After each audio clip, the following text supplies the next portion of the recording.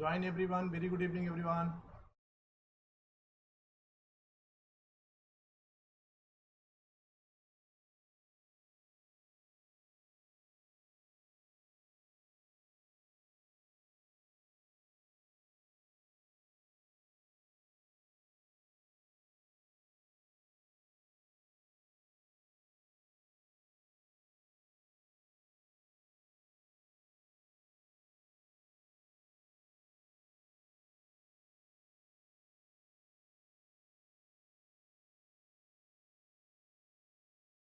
So today's topic for presentation that is called collective bargaining and green HRM. कुछ topic बचे उन सब चीज़ों की हम लोग बात करेंगे. सब इंपॉर्टेंट टॉपिक है. इनसे कई बार पेपर्स में यूजीसी नेट में और कमीशंस के एग्जामिनेशंस में कई बार क्वेश्चन पूछे जाते हैं. ठीक है. Today's topic is all about collective bargaining. तो before starting the collective bargaining, नाम से समझ में आ रहा है कलेक्टिवली जो बार्गेनिंग करते हैं हम लोग ऑर्गेनाइजेशंस में, that is called collective bargaining. तो कलेक्टिव बार्गेनिंग का कॉन्सेप्ट कैसे स्टार्ट हुआ, इन सब चीज़ों की पहले बात कर लेते हैं. फिर बात करेंगे types of collective bargaining, distributive और कंपोजिट और प्रोडक्टिव कलेक्टिव बार्गेनिंग क्या होता है. तो पहले बेसिक हिस्ट्री की हम लोग बात करेंगे.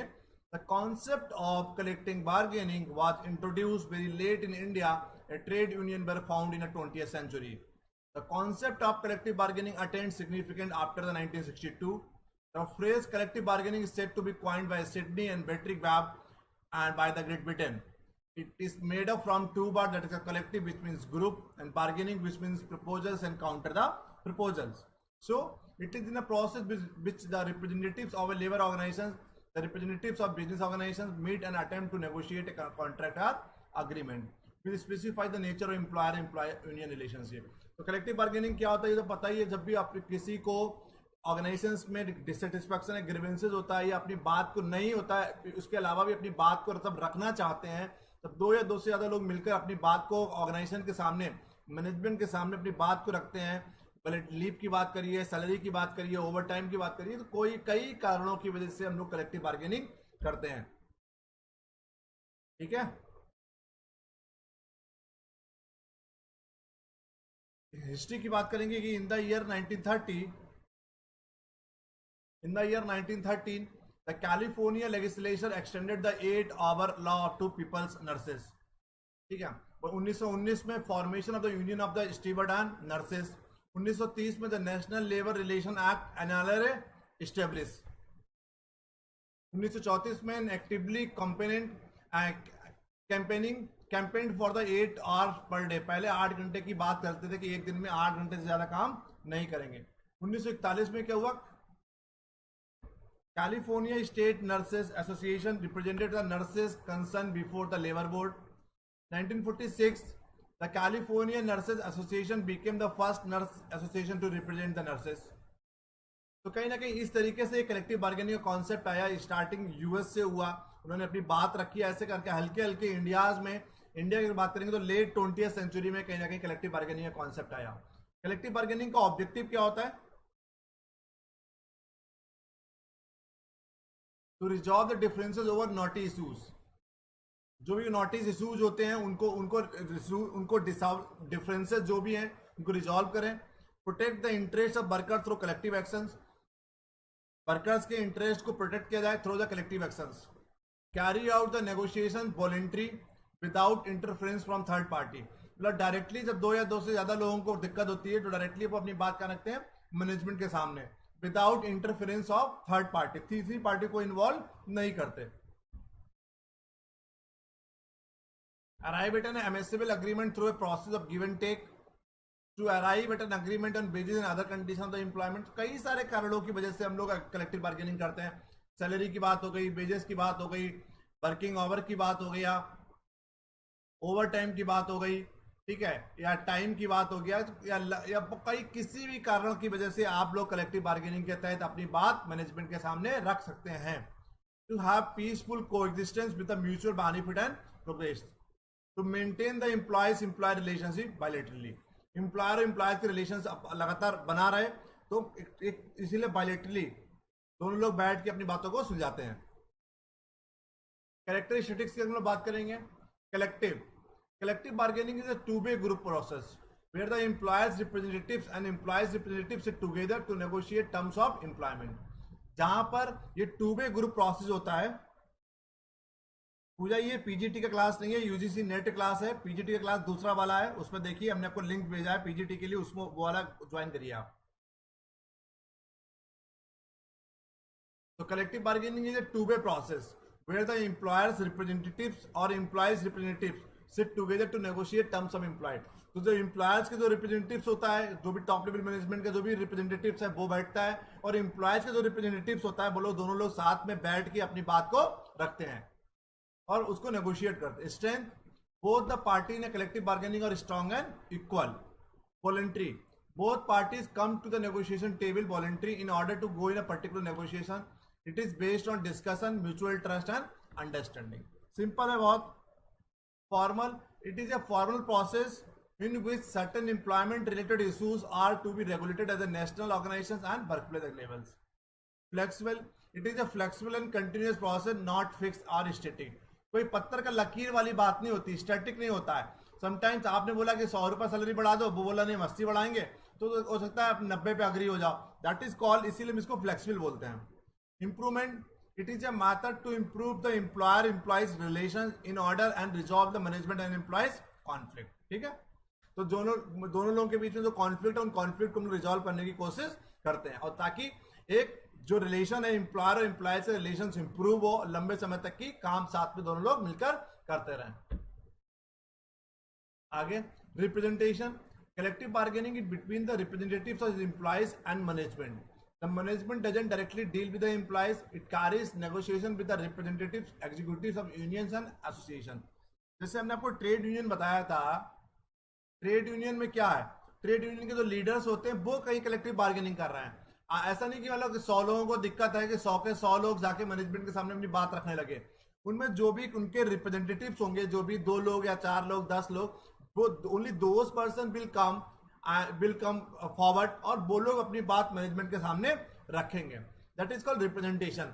ऐसे ही मैनेजमेंट की तरफ से अगर 100 लोग हैं टॉप लेवल एग्जीक्यूटिव में, उसमें से कुछ 10 लोग 5 लोग 2 लोग सामने आएंगे, तो रिप्रेजेंटेशन का मतलब है जो मैनेजमेंट को रिप्रेजेंट कर रहा है वो सामने आएगा, और जो लेबर को या इंप्लॉयज को जो रिप्रेजेंट कर रहा है वो सामने आएगा, और दोनों लोग बैठ के अपनी बात को समझाएंगे और नेगोशिएट करेंगे। It is in a dynamic in nature. Collective bargaining is a very dynamic that go on changing over a period and grows and expand the way of agreement, the way of implementation, the way of discussion. लगातार it's a totally bargaining is a totally dynamic process. कौन सा process है? Dynamic process है। Dynamic process को क्यों बोलते हैं? क्योंकि लगातार चीजें इसमें चेंज होती रहती हैं। हो सकता है तो आज आप वर्किंग आवर्स के लिए बार्गेनिंग कर रहे हो, कल आप सैलरी के लिए बार्गेन करो, परसों आप ओवर टाइम के लिए बार्गेनिंग करो, नेक्स्ट डे आप अलग चीज के लिए बार्गेनिंग करो। That is called, it is in a dynamic in a process in nature. ये डायनेमिक है, गतिशील है, लगातार चलने वाला प्रोसेस है, और हर बार आपकी चीजें अलग होंगी। Continuous collective bargaining is a continuous and begin with the agreement, implementation of the agreement and further negotiation. Simple है। Bi-party process because the employees and employers representative negotiate directly face to face across the table. दो party आपस में बैठ के, table के एक side में एक पार्टी बैठी, एक टेबल के दूसरी साइड में पार्टी बैठी है, दोनों बैठ कर आपस में नेगोशिएट करते हैं। ठीक है,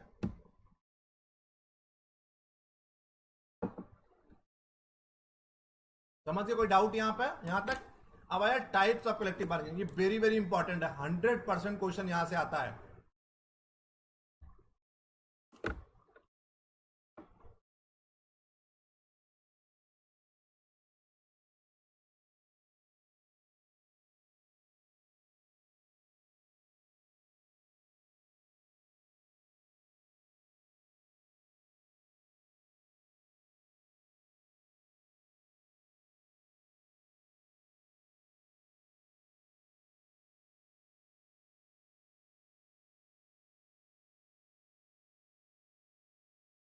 कोई डाउट?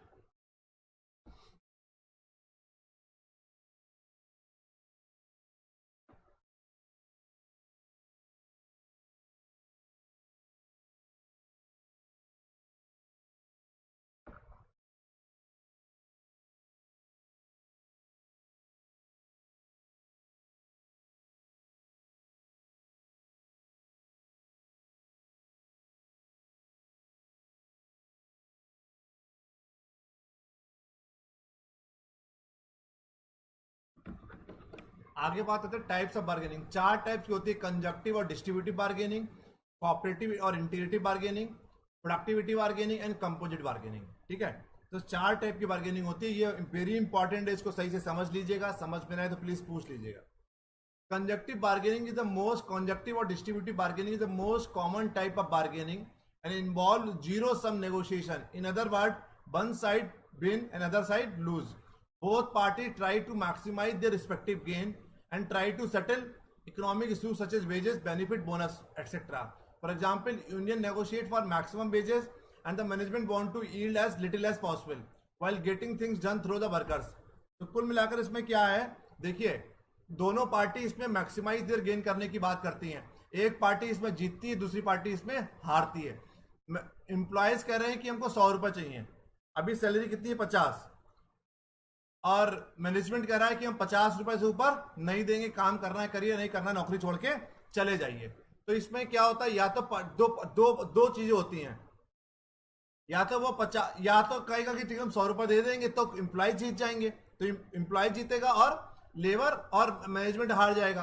अगर वो बोलता है नहीं 100 रुपए नहीं देंगे, 50 रुपए देंगे, आपको काम करना है करिए, नहीं करना है कोई बात नहीं, तो आपको इसमें एम्प्लॉयज हार गए। तो कंजक्टिव और डिस्ट्रीब्यूटिव बार्गेनिंग क्या होती है, it is a zero sum negotiation.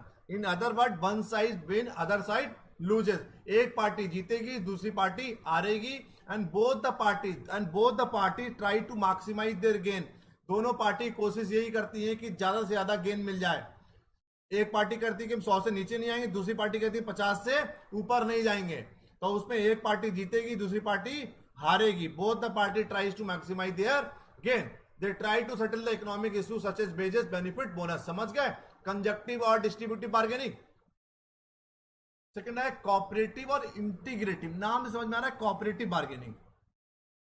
Integrative bargaining is similar to problem solving sessions in which both the sides are trying to reach a mutually benefit alternative. दोनों party एक ऐसी स्थिति पर पहुंचना चाहती हैं और both the parties, दोनों के लिए विन विन सिचुएशन होती है, दोनों के लिए विन विन सिचुएशन होती है। Both the employers and the union try to resolve the conflict to the benefit of both the party. Both sides share information about their interests and concern. They create a list of possible solutions to best meet everyone needs. इसका मतलब क्या है, employer ने बोला हमको 100 रुपए चाहिए, labour ने और एम्प्लॉयज ने बोला 100 रुपए चाहिए, कंपनी बोली 50 रुपए देंगे, एम्प्लॉयज बोला 90 रुपए पे हम सेटल कर लेंगे, कंपनी बोलते हम 60 पे करेंगे। तो कहीं आके 70 रुपए पे ये 75 रुपीज पे ये अग्री हो गया। एम्प्लॉयज 75 पे अग्री हो गए और एम्प्लॉयर बोला ठीक है 75 दे देंगे। तो कोऑपरेटिव और इंटीग्रेटिव बार्गेनिंग है जहां पे दोनों पार्टियां जीतती हैं, एक म्यूचुअल एक परिणाम निकालने की कोशिश करती हैं, म्यूचुअल रिजल्ट निकालने की कोशिश करती हैं। ठीक है, तो both sides are trying to reach a mutually beneficial alternative.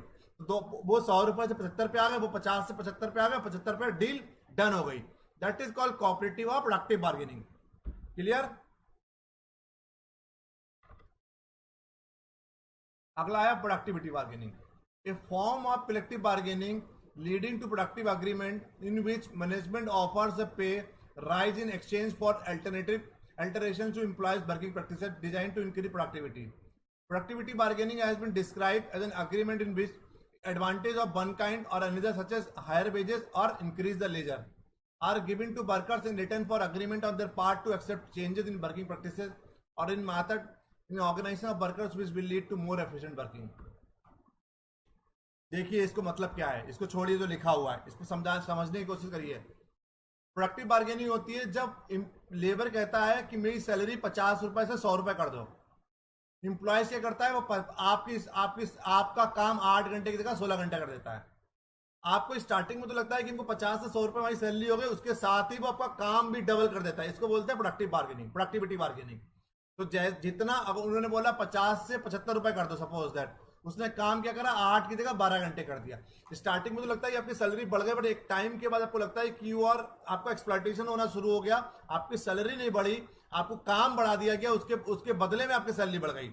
इसको बोलते हैं प्रोडक्टिविटी बार्गेनिंग। समझ गए? 50 रुपए सैलरी थी, 8 घंटे काम कर रहे थे, सैलरी कर दी 100 रुपए, काम कर दिया आपका 16 घंटे, तो कहीं सैलरी तो बढ़ी नहीं, सैलरी तो आपकी उतनी रही ना। इसको बोलते हैं प्रोडक्टिविटी बार्गेनिंग, प्रोडक्टिव बार्गेनिंग। ठीक है,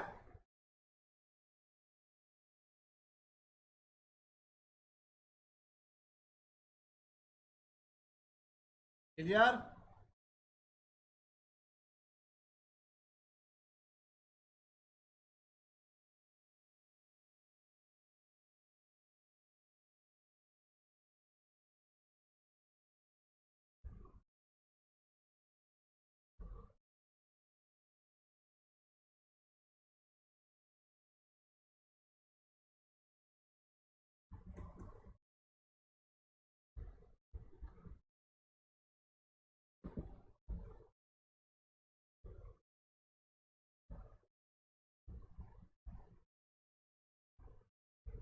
क्लियर है ना?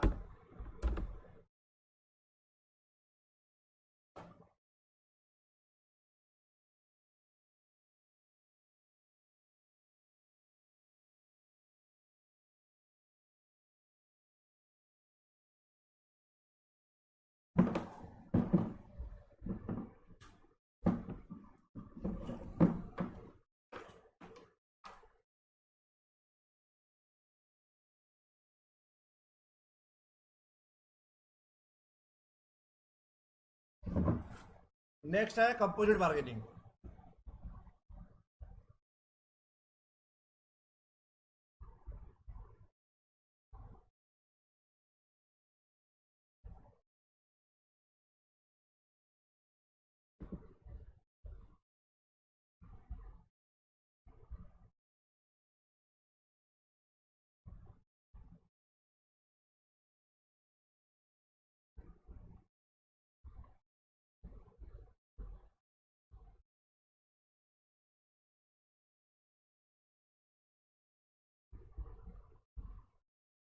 Yes, sorry for disturbance. Next हुआ कंपोजिट बार्गेनिंग। कंपोजिट बार्गेनिंग क्या होता है?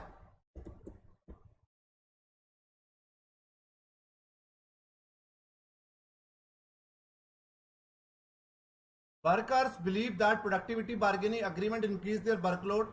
Rationalization and introduction of new technology, tight productivity norms have added to their burden, made the life of workers somewhat uneasy. As an answer to such problems, labor has come in favor of composite bargaining. In this method, labor bargain for wages as usual, but goes a step further, demanding equity in the matter relating to their work norms, employment levels, manning standard and environmental hazards, etc.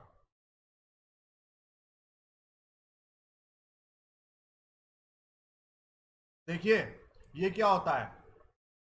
Productivity bargaining समझ में आ गया। Complete bargaining क्या होता है? जब workers को लगता है कि प्रोडक्टिविटी बार्गेनिंग से उनका क्या हुआ, एक्सप्लॉयटेशन होना ज्यादा शुरू हो गया, वर्कलोड उनका बढ़ गया, और उससे क्या हुआ, उनकी लाइफ थोड़ी, वर्कर्स की लाइफ समवॉट अनईजी हो गई।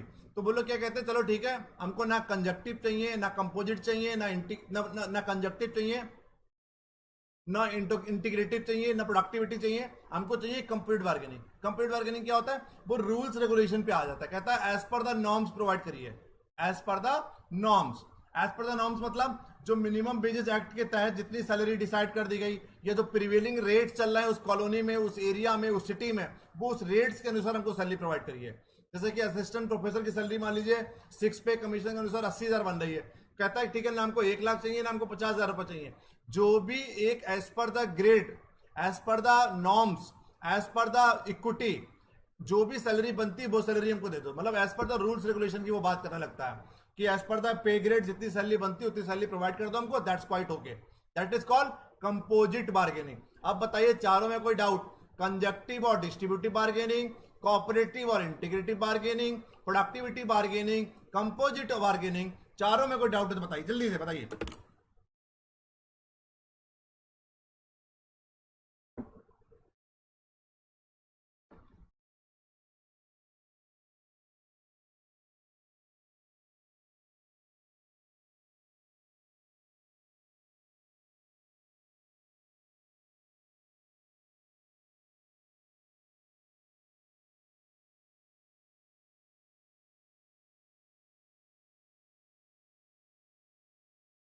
किसी को किसी प्रकार का इन चारों में बार्गेनिंग में कोई डाउट हो तो बताइए। इन्वायरमेंटल हैजर्ड्स मतलब कि इन्वायरमेंट के चक्कर में कोई इंपैक्ट हो रहा है आपके ऊपर।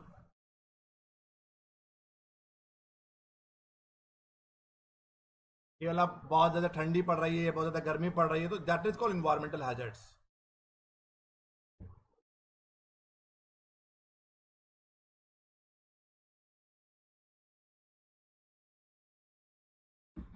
चलो क्लियर। अब है इशू ऑफ कलेक्टिव बार्गेनिंग। कौन कौन से इश्यूज कलेक्टिव बार्गेनिंग में डिस्कस किए जाते हैं? Wages and working condition, work norms rules regulation, incentive payment, job security, change in technology, work tool technique and practices, staff transfer and promotion, कोई grievances है, disciplinary matters, health and safety, insurance and benefit, Indian recognition, Indian activities, management right. इन सब चीजों की हम लोग collective bargaining के अंतर्गत बात करते हैं। ये हमने पहले बता चुके हैं आपको, पीटर प्रिंसिपल और गोल्डन पैराशूट। एक बार दोबारा बता दे रहे हैं ये कॉन्सेप्ट गोल्डन पैराशूट और पीटर प्रिंसिपल क्या होता है।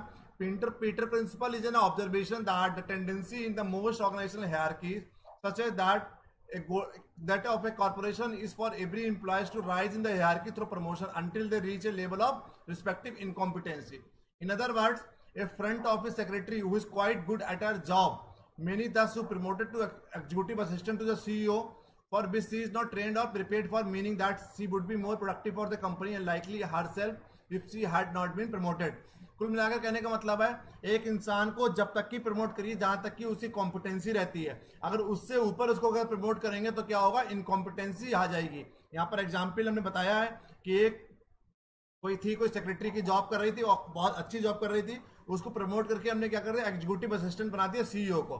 फिर क्या हुआ, वो उस पर्टिकुलर जॉब के लिए ट्रेन नहीं थी, उससे क्या हुआ, उसकी कॉम्पिटेंसी कम हो गई। ठीक है, तो Peter principal is all about we should promote the individuals on as per the particular stage. अगर उससे ऊपर किसी को प्रमोट कर दोगे तो उसकी कैपेसिटी नहीं है कि वो पूरा मैनेज कर पाए। क्लियर। अगला बताया था गोल्डन पैराशूट। एक golden parachute consist of A substantial benefit given to top executive if the company is taken over by another firm and the executives are terminated as a result of the merger or takeover. Golden parachute or contract with the key executive and can be used as a type of anti-takeover measures, often collectively refers to as the poison pills. कुल मिलाकर मतलब है अगर किसी top level executive को नौकरी से निकालोगे, टर्मिनेट करोगे, या आपकी कंपनी किसी से मर्ज हो गई, अब कंपनी मर्ज हो गई तो टॉप लेवल एग्जीक्यूटिव तो एक ही रहेगा ना, दो थोड़े ना रहेंगे, या किसी ने टेक ओवर कर लिया, तो as per the golden parachute rule ये होता है कि उसको आपको कंपनसेट करना पड़ेगा। ठीक है। अगला है वेजेस एंड टाइप्स। समझ गए पीटर प्रिंसिपल और गोल्डन पैराशूट रूल? कोई डाउट किसी को?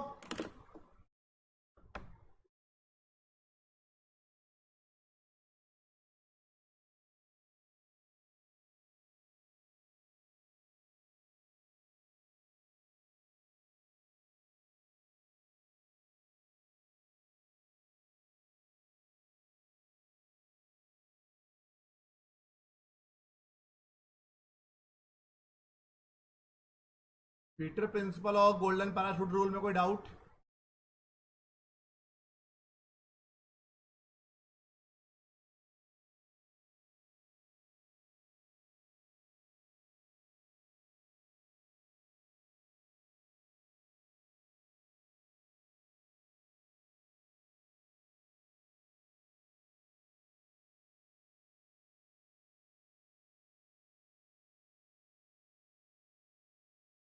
चलो आ गया वेजेस एंड टाइप्स। वेजेस तो पता ही, मिनिमम मजदूरी जो हम लोग देते हैं, इसके चार टाइप होते हैं, minimum wages, living wages, minimum substance level और फेयर वेजेस। पहले मिनिमम वेजेस क्या होता है? According to the fair wages committee, minimum wages should provide not only for the bare necessity of a worker, it should also provide for the maintenance of efficiency of the worker. From the point of view, minimum wages must be sufficient to provide all the requirement for education, health and other essential amenities. तो minimum wages वो wages होती है जो एक इंसान को उसको basic amenities के लिए, एजुकेशन के लिए, हेल्थ के लिए जो प्रोवाइड करते हैं उसको बोलते हैं मिनिमम वेजेस। क्लियर। फिर होता है living wages. Living wages mean the wages that may be sufficient to provide for the bare necessities as well the certain amenities of the employees. It means the level of wages that may be sufficient to provide for the bare necessities such amenities that are considered necessary for well-being of the employees and his family members in accordance with the social status.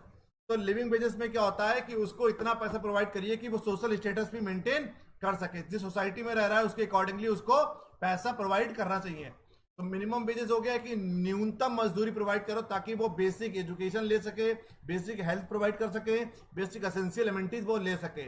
But living wages की हम लोग बात करते हैं, living wages means the wages that may be sufficient, पर्याप्त होता है to provide for the bare necessities as well as the certain amenities for the employees. कुछ जो बेसिक जरूरतें उसको पूरा, रोटी कपड़ा मकान पूरा कर पाए, उसके अलावा कुछ और जो एमिनिटीज होती हैं उनको भी पूरा कर पाए, इतना पैसा देना चाहिए। उसके अलावा उनके, it means the level of wages that may be sufficient to provide for the bare necessities and such amenities that are considered necessary for wellbeings of the employees and his family members in accordance with the social status. उनके पूरी family member को इतना पैसा दे देना चाहिए ताकि वो social status भी मेंटेन कर सके। इसको बोलते हैं लिविंग वेजेस। तो minimum wages is less than living wages, ये नोट कर लीजिएगा। Living wages is greater than minimum wages, याद रखिएगा। वेयर मतलब मिनिमम, कम से कम।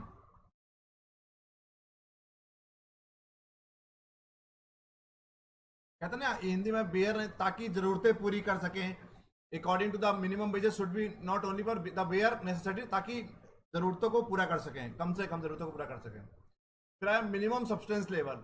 when employee get the remuneration enough only for providing the bare necessities for himself and his family member is called the minimum subsistence level। जब हम लोग बिल्कुल केवल उसको बेसिक एमिनिटीज, रोटी कपड़ा मकान के लिए केवल पैसा प्रोवाइड करते हैं, उसको बोलते हैं मिनिमम सब्सटेंस लेवल। मतलब उससे नीचे प्रोवाइड करेंगे तो इंसान क्या होगा, खत्म हो जाएगा, डेथ हो जाएगी उसको।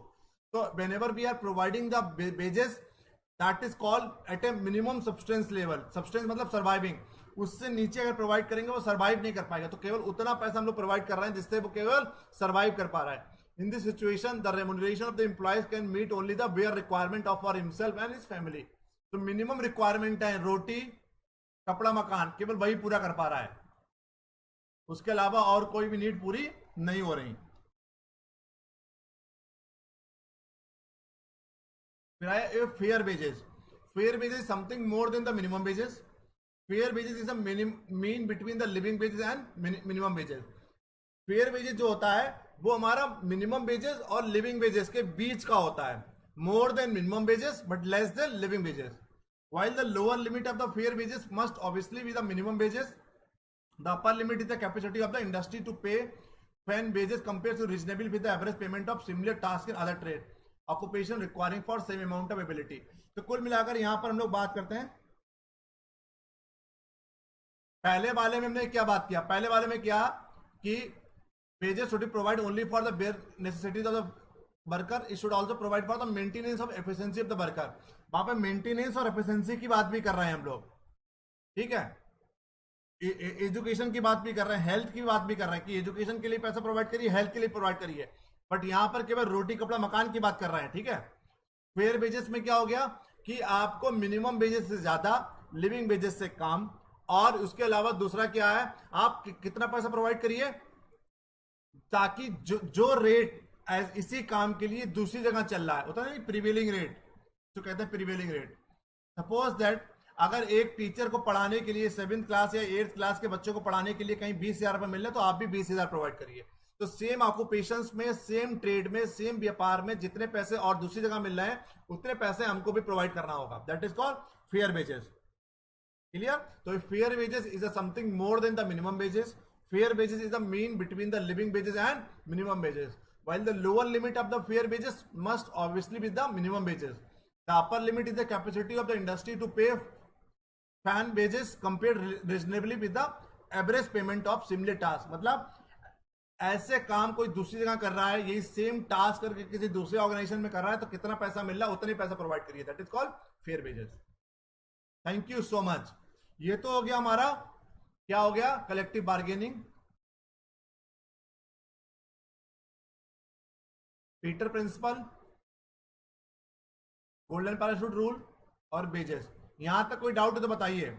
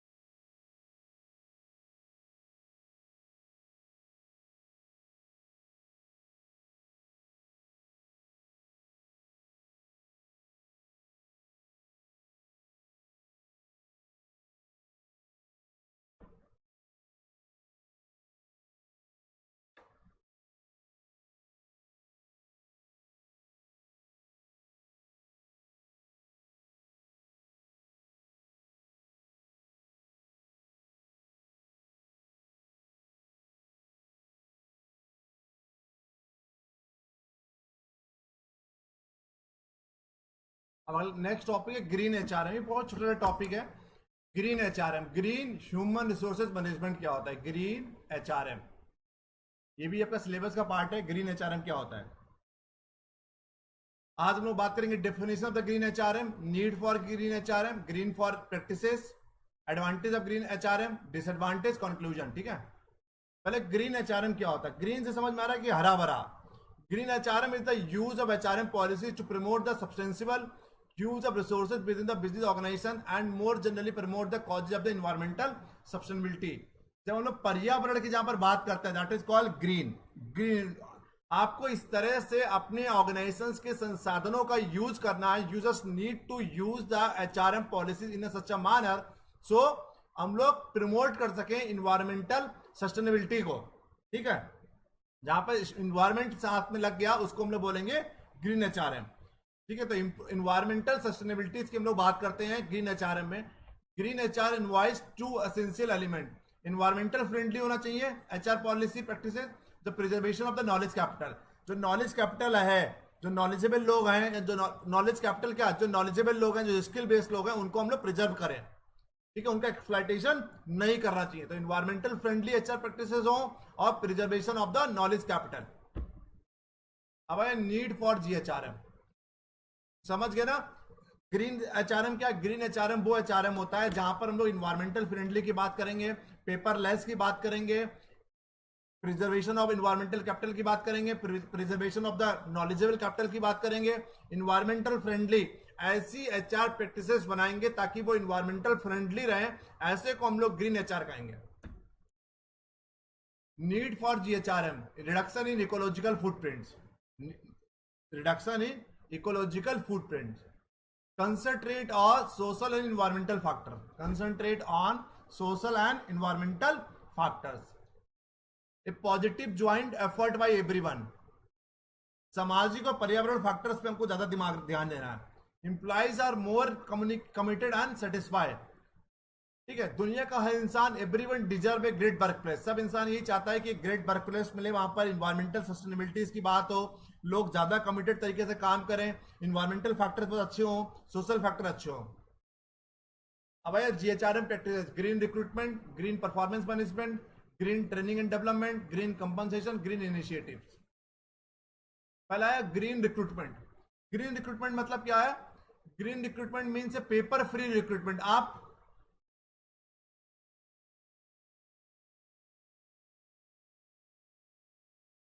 ऐसा रिक्रूटमेंट करिए जहां पर पेपर का प्रयोग नहीं करिए, पेपर में नहीं, पूरा इलेक्ट्रॉनिकली करिए। कैसे करिए? डिजिटली करिए। उसको बोलेंगे हम लोग ग्रीन रिक्रूटमेंट। क्या बोलेंगे? Green recruitment. तो green recruitment means a paper free recruitment process with a minimal environmental impact, ताकि पर्यावरण पे कम प्रभाव पड़े। Applications are invited through online medium like email, online application form on the global talent pool. मतलब और हम लोग का ईमेल मंगा लिया, व्हाट्सएप से मंगा लिया, फेसबुक से मंगा लिया, आपने किसी भी माध्यम से आपने सीवी मंगाया, किसी भी माध्यम से रिज्यूम मंगाया, बट कुल मिलाकर काम ये करना है आपको, पेपरलेस करना है ताकि इन्वायरमेंटल पे कम प्रभाव पड़े। हाँ, रिडक्शन इन इकोलॉजिकल फुटप्रिंट का मतलब है कि ओवरऑल जो इकोलॉजिकल है उनका कम ओवरऑल इंपैक्ट कम पड़े। इकोलॉजिकल तो पता ही नहीं हिंदी में क्या बताया इकोलॉजिकल का। ऑटोमेटिकली क्या होगा? ग्रीन एचआरएम को ऐसा करना है तो इकोलॉजी हमारी अच्छी होगी, फुटप्रिंट्स हमारे उसके कम होंगे। इफ पॉसिबल टेलीफोन और video based interview are conducted to minimise any travel related environmental impact. कोशिश करिए इंटरव्यू भी ओवर ऑन टेलीफोन लीजिए, स्काइप पे लीजिए, ताकि हर कोई इंसान आएगा, बाइक से आएगा, कार से आएगा, तब भी कहीं ना कहीं इन्वायरमेंट इंपैक्ट होगा।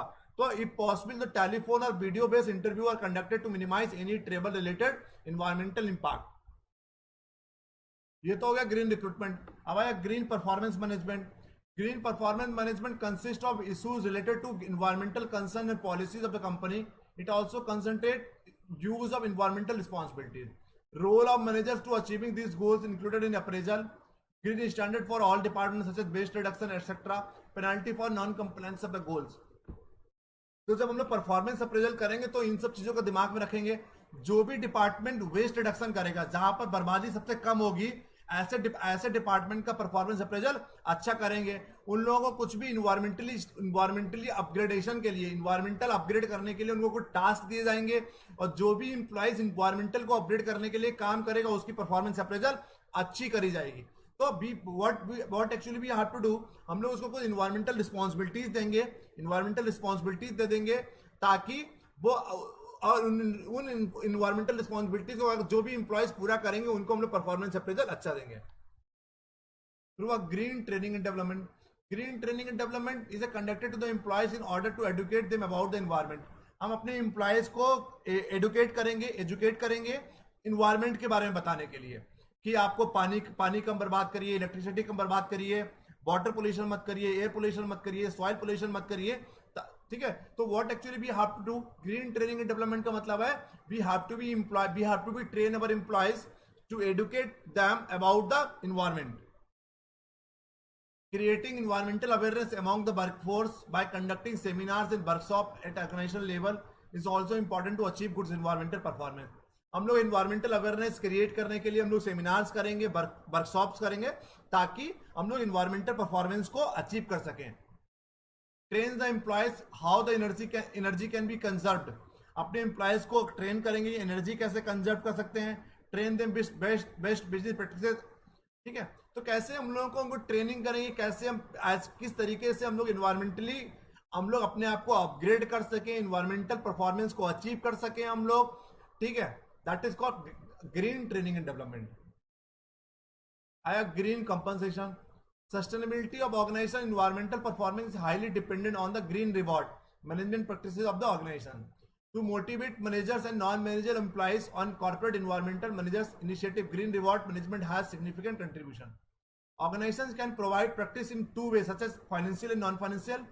Financial by incentive, bonus, cash reward for their good environmental performance, and non-financial reward award special recognitions, honors, prize for their good environmental performance.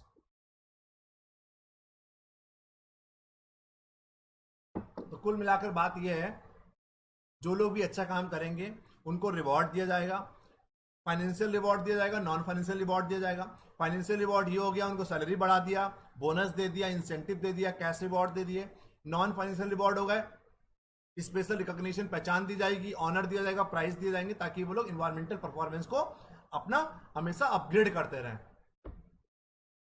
अब आया green initiative, complete adoption and integration of the GHRM in business is not impossible, but require a change approach toward the existing HR policies on part both the management as well as the employees simultaneously. The major green initiative: green building, paperless office, conservative of energy, recycling the waste। तो हम लोग किस तरीके से green HRM का बात कर सकते हैं? ग्रीन बिल्डिंग करिए, आप बिल्डअप करिए green HRM across the organisation, paperless office रखिए, कंजर्वेटिव ऑफ एनर्जी करिए, वेस्ट जितना वेस्ट होता है उसको रिसाइकिल करिए। एक साइड आपने पेपर यूज कर लिया, उसको दूसरी साइड भी यूज करिए। ठीक है, पहला हो गया ग्रीन बिल्डिंग। क्या होता है? Green building fulfil certain criteria for reducing the exploitation of the natural resources that are utilised in the construction. तो ऐसे नेचुरल रिसोर्सेज जो यूटिलाइज होते हैं कंस्ट्रक्शन में, कोशिश करिए कम से कम यूज करिए। Green building includes some enhanced features related to the green practice such as energy efficiency, renewable energy, storm water management। ठीक है, तो ग्रीन बिल्डिंग इंक्लूड्स सम इनहांस फीचर्स, जैसे कि एनर्जी ऐसी बिल्डिंग्स बनाइए, ऐसा इंफ्रा क्रिएट करिए जहाँ एफिशिएंसी उसकी इंप्रूव रहे, कम से कम एफिशिएंसी ज़्यादा से ज़्यादा रहे और एनर्जी कम से कम यूज हो, रिन्यूएबल एनर्जी का प्रयोग करा जाए, स्टॉर्म वाटर मैनेजमेंट का काम किया जाए। Green building also serve as a platform for financial saving for organizations as the construction and energy involve low cost, that is called green building। Paperless office, आपको पता ही है कि बिना पेपर के काम करिए, पूरा काम डिजिटली करिए। ठीक है, paperless office is a work place where the use of paper is either restricted or eliminated by the converting important official document and other papers into automated workflow। The practice greatly reduce the consumption of paper, cost of paper related actions including copying, printing and storing, also save the time used for searching paper documents।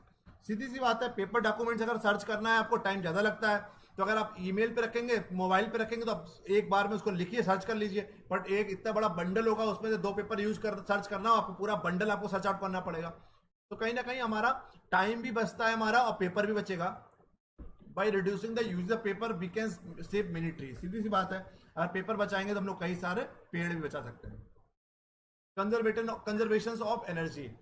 Conservation of energy in the office has to potential for a great environmental impact by turning to the PCs.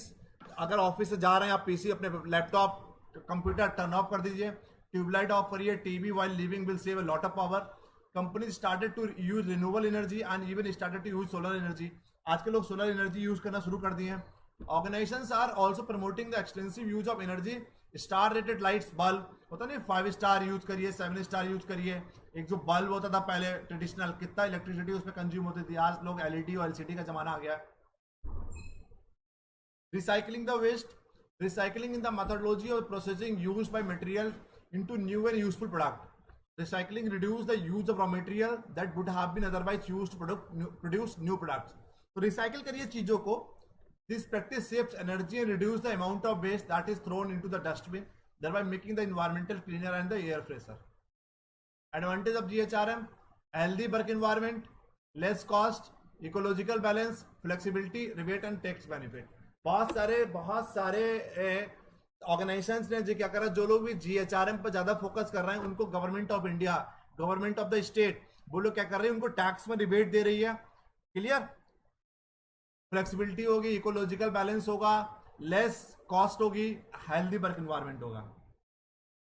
Conversion expansion, जब हम लोग convert करते हैं उसको paper से digitally, तो costing ज्यादा include होती है, कॉस्टलियर होता है। Lack of support, lack of technological support. अगर टेक्नोलॉजिकल सपोर्ट नहीं होगी तो आप कहीं ना कहीं डिजिटली उसको यूज नहीं कर पाएंगे। कंक्लूजन तो पता ही है कि green HR still in the initial stage, Bharat में अभी भी इनिशियल स्टेज पे ही है। Growing awareness within the organisations of the significance of green issues have been compelled them to embrace. तो कुल मिलाकर अभी भी हम लोग बिल्कुल इनिशियल स्टेज पे ही है, बट अभी से हम लोग काम करना शुरू करेंगे तो अगले 10 साल, 20 साल, 50 साल बाद हम लोग कहीं ना कहीं ग्रीन एचआरएम पे काम करना शुरू कर देंगे, एक एडवांस स्टेज पर पहुंच जाएंगे। That is all about today's lecture. आप बताइए, किसी को कोई डाउट हो तो बताइए। If anyone is having any doubt please do tell me.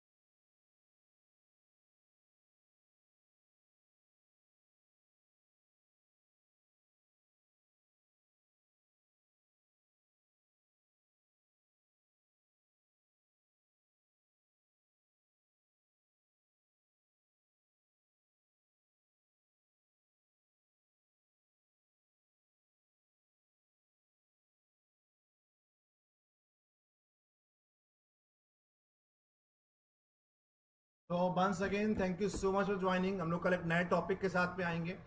तो once again thank you so much for joining. Good bye, take care.